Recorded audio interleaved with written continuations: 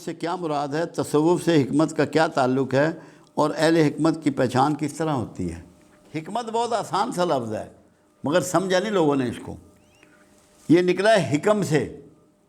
حکم کہتے ہیں ججمنٹ پاس کرنے کو، کسی چیز کے بارے میں اس کی اندر کی روح کو، اس کے باطن کو جاننے کو۔ اس کا تعلق ظاہر سے نہیں ہے، باطن سے ہے۔ باطن میں چھپی ہوئی دانائی اصل میں حکمت ہے۔ اس کو جب میں رسول اللہ صلی اللہ علیہ وسلم کے حوالے سے سمجھاتا ہوں تو کہتا ہوں سچویشن کو ٹیکل کرنے کا جو آرٹ ہے وہ حکمہ ہے۔ How to deal with the situation, یہ حکمت ہوتی ہے۔ حکمت خیر کثیر ہے۔ اللہ نے کائنات میں سب سے زیادہ حکمت میرے آقا محمد رسول اللہ صلی اللہ علیہ وسلم کو عطا فرمائی۔ آپ سے بڑا کوئی صاحب حکمت نہیں ہے اللہ کے بعد۔ اس کے مظاہرے آپ کی جوانی سے، بچپن سے نظر آنے شروع ہو گئے تھے۔ اور حکمت میں نے پورا ایک سیریل کیا ہوا ہے، حکمتوں کا سفر غار حرا سے مسجد نبوی تک۔ میں نے حکمتیں صرف بیان کی ہیں آقا کی۔ حکمت سٹرینتھن کرتی ہیں آپ کے تھاٹ کو، آپ کے غور و فکر کو، آپ کے وین کو، آپ کے مستقبل میں جھانکنے کو، آپ کے ماضی میں جھانکنے کو، حل پیش کرنے کو۔ یہ سب حکمت کے انداز ہیں، معمولی چیز نہیں ہے۔ اللہ کے رسول کو بطور خاص اللہ نے عطا فرمائی ہے۔ اللہ کرے ہمیں حکمت نصیب ہوں اور ہم قرآن کے فہم کو سمجھیں، رسول اللہ صلی اللہ علیہ وسلم کے فہم کو سمجھیں، اور بغیر حکمت کے سمجھ نہیں آ سکتا۔ سب سے بڑی بات یہ ہے، اللہ نے کہا کہ جو میرے عقل مند، باہوش، غور و فکر کرنے والے بندے ہیں وہ میری آیتوں پر ایسے نہیں گرتے جیسے جانور کھانے پہ گرتے ہیں۔ وہ غور و فکر کرتے ہیں، سوچ و بچار کرتے ہیں، انہیں یہ پتہ ہوتا ہے کہ میرا لفظ کیا معنی رکھتا ہے، اس کا کیا وزن ہے، اس کے نقصانات کیا ہیں، اس کے فوائد کیا ہیں۔ ایک لفظ بھی صاحب حکمت کے منہ سے فالتو نہیں نکلتا۔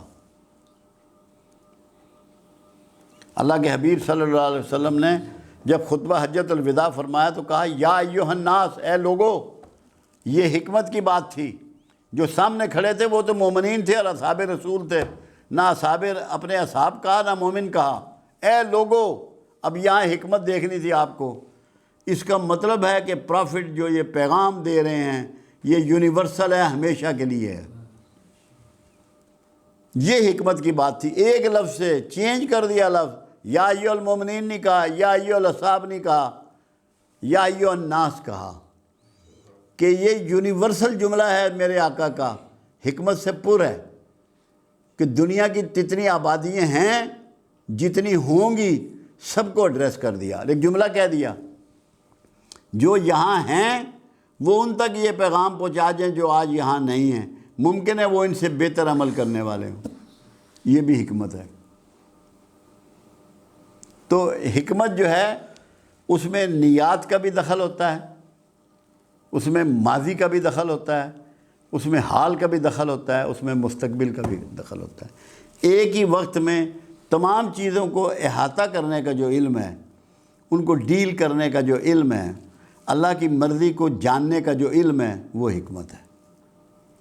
جو اللہ والے ہیں انہیں اللہ کی مرضی پتہ ہوتی ہے۔ اس کا ثبوت سورہ کہف ہے قرآن کی، کہ خضر علیہ السلام صاحب حکمت ہیں۔ وہ کہہ رہے ہیں کہ کشتی میں سوراخ کر دیا کہ یہ بادشاہ اس کو قابو کر لے گا، دیکھ رہے ہیں مستقبل کو، بھانپ لیا ہے۔ فیصلہ ایکٹ کرنا حکمت کے تحت، انہوں نے سوراخ کر دیا، یہ حکمت کا فیصلہ تھا۔ بچے کو قتل کر دیا، یہ حکمت کا فیصلہ تھا۔ مستقبل کو دیکھ لیا، دیوار تعمیر کر دی، ذخیرہ محفوظ کر دیا، یہ حکمت کا فیصلہ تھا۔ اللہ کی بتائی ہوئی علم کی روشنی میں جو فیصلے ہوتے ہیں وہ حکمت کے فیصلے ہوتے ہیں، کہ اس کی رضا جس میں پوری ہوتی ہوئی نظر آ رہی ہے وہ فیصلے ہوتے ہیں۔ تو یہ ہمیں سمجھنا ہے، حکمت معمولی سی چیز نہیں ہے۔ اب تو یہاں طبیب کو لوگ حکمت لکھتے ہیں، حکیم کہتے ہیں، وہ حکیم نہیں ہے، وہ طبیب ہے۔ حکمت تو وہ ہے جو کسی سچویشن میں حکم لگاتا ہے، فیصلہ کرتا ہے، صادر کرتا ہے فیصلہ، اور اللہ کی مرضی کے مطابق، اللہ کی مرضی کے خلاف نہیں۔ حکمت کے فیصلے اللہ اور اس کے رسول کے علیم ہونے کے، عالم ہونے کے، ان کے فرما برداری کے اندر فیصلے ہوتے ہیں۔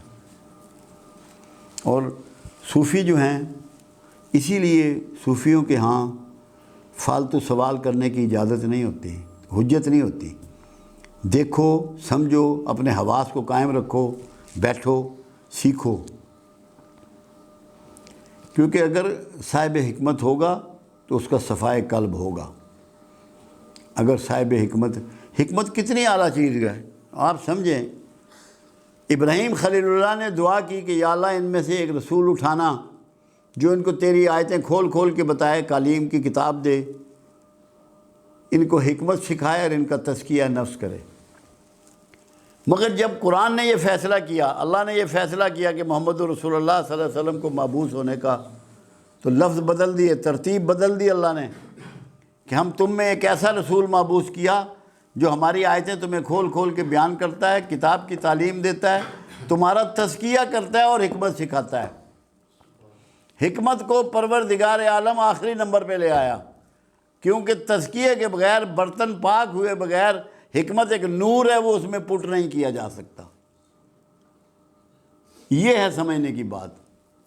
تو حکمت اتنی پاکیزہ چیز کا نام ہے کہ اس سے پہلے آپ کا تزکیہ ہونا ضروری ہے۔ توبہ آپ کی ہو جائے، توبہ قبول ہو جائے، معافی قبول ہو جائے، پھر آپ صاحب حکمت کے پاس بیٹھیں۔